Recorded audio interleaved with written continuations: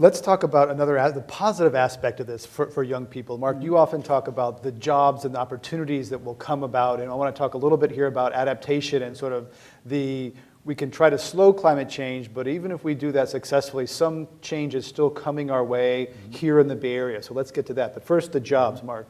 What kind of job opportunities, before we put our audience here into total depression, what kind of bright side, if any, is there in this? Look, there's an enormous bright side to this. One of the great lies about this is somehow that we can't afford to fix it, right?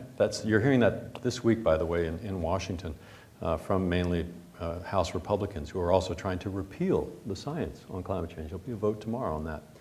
And their argument is always, oh, this is going to cost too much. This is a big tax increase.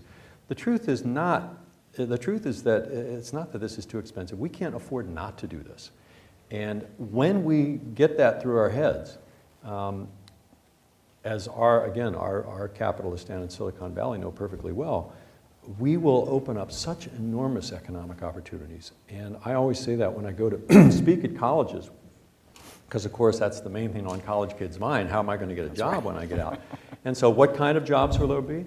They'll be pretty much in any particular field, because if you think about it, the challenge in front of us over the next 20 years is to completely revamp our systems of energy and agriculture and transportation and building and again, we have most of the technologies at hand. We know most of what needs to be done. It's a question of redirecting resources. And once we do that, there will be jobs it pretty much doesn't really matter what you're studying, but a lot of engineers, for sure, we're going to need a lot of engineers, economists, lawyers, teachers, people with languages will be important, chemists, all kinds of scientists.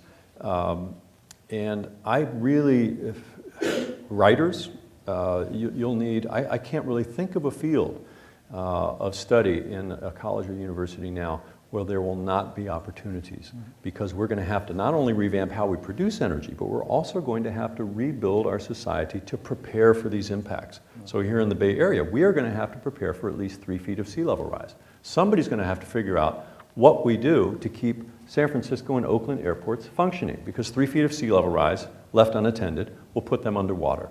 And we'll also have to figure out the other big problem facing California will be the loss of the snowpack atop the Sierra Nevada mountains, which is the source of much of our fresh water.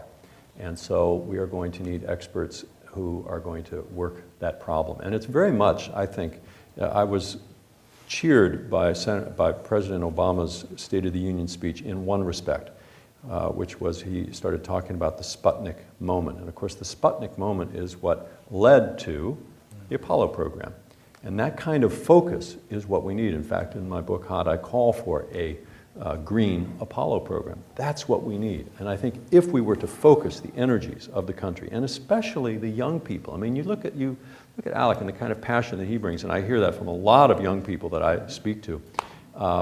They are ready to go out and tackle this problem. They know they don't have much choice, but they're ready to go out and do it. And I think if we grown-ups do our part and shift our government policy and shift where we're putting economic resources and get behind these kids, they're going to work out these problems.